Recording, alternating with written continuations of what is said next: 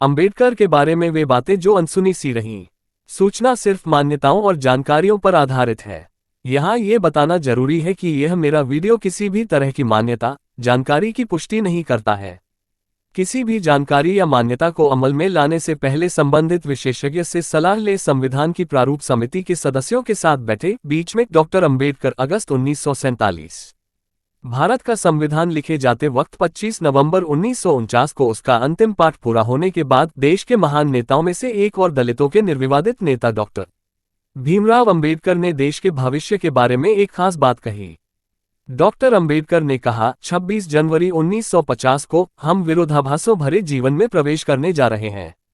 राजनीतिक जीवन में तो हमारे पास समानता होगी, लेकिन सामाजिक और आर्थिक जीवन में असमानता होगी।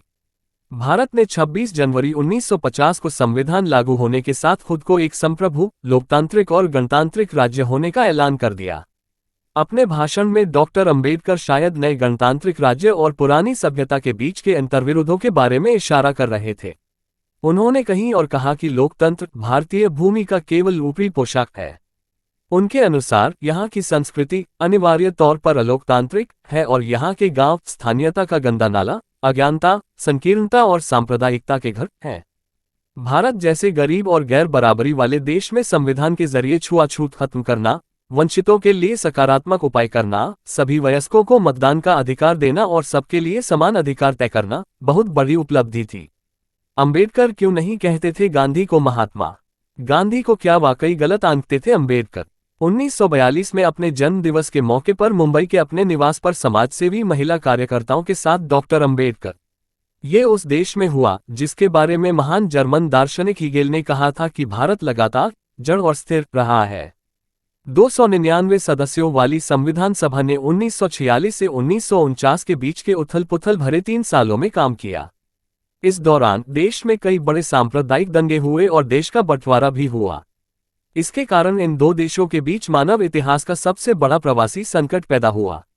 इसी दौर में भारत में 550 से ज्यादा रियासतों का मुश्किल भरा एकीकरण का काम संपन्न हुआ।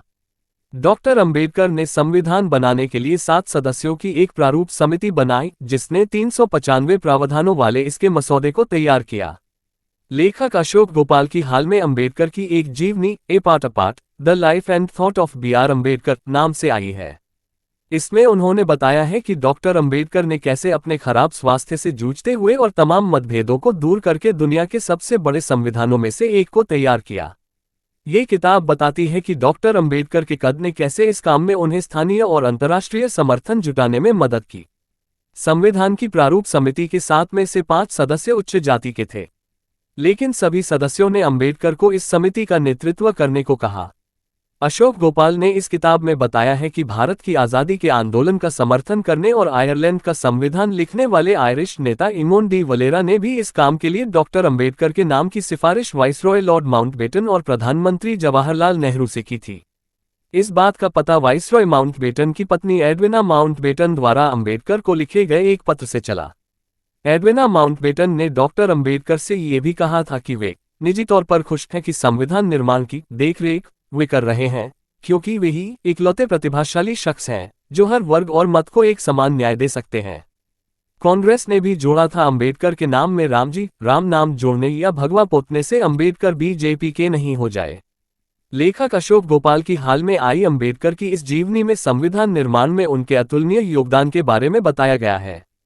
अशोक गोपाल लिखते हैं कि मार्च 1947 में वाइसरॉय का पद संभालने के तुरंत बाद लॉर्ड माउंटबेटन ने डॉक्टर अंबेडकर के साथ बेहद दिलचस्प और सार्थक बातचीत की थी। उनके अनुसार वाइसरॉय ने एक सीनियर ब्रिटिश अधिकारी को यह भी बताया था कि उन्होंने नेहरू के 15 सदस्यीय अंतरिम मंत्रिमंडल की सूची में जब अंबेडकर का नाम देखा तो उन्हें बहुत संतोष हुआ। अंबेडकर के नेतृत्व वाली प्रारूप समिति ने मई 1947 में संविधान सभा में पेश किए गए संविधान के मसौदे की जांच की। इसे संबंधित मंत्रियों और फिर कांग्रेस पार्टी को भेजा गया। कुछ खंडों को तो 7 बार में तैयार किया गया। अंबेडकर द्वारा संविधान सभा के अध्यक्ष राजेंद्र प्रसाद को पेश किए गए संशोधित मसौदे में लगभग 20 बड़े बदलाव किए गए। इन बदलावों में संविधान की पवित्र प्रस्तावना में किया गया बदलाव भी शामिल है, जो न्याय, समानता और बंधुत्व का वादा करता है और जो संविधान की बुनियादी विशेषताओं का प्रतीक है। चिंतक आकाश सिंह राठौर की किताब Ambedkar's preamble, a secret history of the constitution of India की एक बात का जिक्र अशोक गोपाल ने अपनी इस किताब में किया है।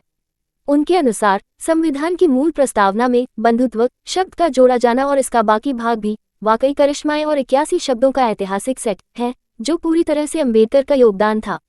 हिंदू राष्ट्र को भारी खतरा क्यों मानते थे अम्बेडकर? अम्बेडकर के सपनों का लोकतंत्र मोदी के कार्यकाल में कहाँ है? डॉक्टर अम्बेडकर ने अप्रैल 1948 में पेशे से डॉक्टर रही शारदा कबीर से दूसरा विवाह किया था। डायबिटीज और ब्लड प्रेशर से पीड़ित होने के बाद भी अम्बेडकर ने संविधान तैयार करने में काफी श्रम किया। संविधान सभा में लगभग 100 दिनों तक खड़े होकर उन्होंने धैर्यपूर्वक हर खंड को समझाया और कारण बताए या सुझाए गए हर संशोधनों को अस्वीकार किया। संविधान सभा की बैठकों में सभी सदस्य मौजूद नहीं रहे। प्रारूप समिति के एक सदस्य टी कृष्णामाचारी ने नवंबर 1948 में संविधान सभा में कहा कि मृत्यु, बीमारी और अन्य व्यस्तताओं के कारण अधिकांश सदस्य पर्याप्त योगदान नहीं कर सके, जिसकी वजह से ये संविधान तैयार करने का बोझ डॉक्टर अम्बेडकर पर आ पड़ा। संविधान के मसौदे में 7,500 से अधिक संशोधन सुझाए गए, जिनमें से लगभग 2,500 को स्वीकार किया गया।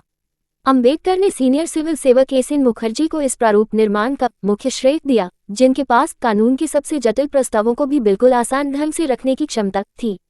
भारत के दलित समुदाय के नायक के तौर पर विद्रोही छवि होने के बावजूद डॉक्टर अम्बेडकर ने सबके हितों का ध्यान रखा।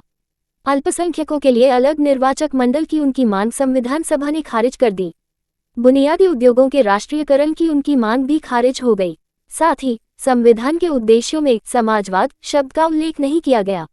9 दिसंबर 1946 को जब संविधान सभा की पहली बैठक हुई तो अम्बेडकर ने कहा, मैं जानता हूं कि आज हम राजनीतिक, सामाजिक और आर्थिक रूप से बंटे हुए हैं। हम लड़ते हुए खेमों का समूह हैं। मैं यहां तक स्वीकार करता हूं कि शायद मैं भी ऐसे खेमों के नेताओं में से एक हूं। गोपाल कहते हैं कि इन बातों से पुष्टि होती है कि डॉक्टर अम्बेडकर भारत के संविधान के प्रमुख वास्तुकार थे। उनके पास एक सुंदर नजरिया था और उन्होंने संविधान के हर भाग को अंतिम रूप देने में अपना योगदान दिया। डॉक्टर भीमराव अम्बेडकर की जिंदगी के आखिरी 24 घंटों की कहानी। तो इसलिए आरक्षण के हिमायती थे अम्बेडकर। संविधान निर्माण के कुछ साल बाद डॉक्टर राजेंद्र प्रसाद ने स्वीकार किया कि अम्बेडकर ने संविधान के कुशल पायलट की भूमिका निभाई। 6 दिसंबर 1956 को 63 साल की उम्र में अम्बेडकर के निधन की थोड़ी देर बाद प्रधानमंत्री जवाहरलाल नेहरू ने भी कहा, संविधान बनाने में डॉक्टर अम्बेडकर से ज्यादा ध्यान किसी और ने नहीं दिया और न ही किसी और ने उतनी परेशानी उठाई। संविधान बनने के 73 साल बाद भारत का विशाल और विविध लोकतंत्र गंभीर चुनौतियों से जूझने के लिए एक साथ खड़ा है। समाज में बढ़ता ध्रुवीकरण और असमानताएं देश के भविष्य को लेकर कई तरह की चिंताएं पैदा करती हैं। लेकिन ये सारी समस्याएं डॉक्टर अम्बेडकर के एक और दूरदर्शी भाषण की याद दिलाते हैं, जो उन्होंने संविधान के संशोधित मसौदे को पेश करते वक्त दिया था। उन्होंने कहा था, भारत में अल्पसंख्यकों ने बहुमत का शासन वफादारी से स्वीकार किया है। अब ये बहुसंख्यकों पर निर्भर करता है कि वे अल्पसंख्यकों के खिलाफ भेदभाव न करने का अपना कर्तव्य निभाएं। अम्बेडकर की विरासत संभाल पाएंगे उनके पोते। जब यौन शिक्षा से जुड़ा एक केस हार गए थे अम्बेडकर। वीडियो कैप्शन, बाबा साहब अम्बेडकर के अखबार मूकनायक की 100 साल।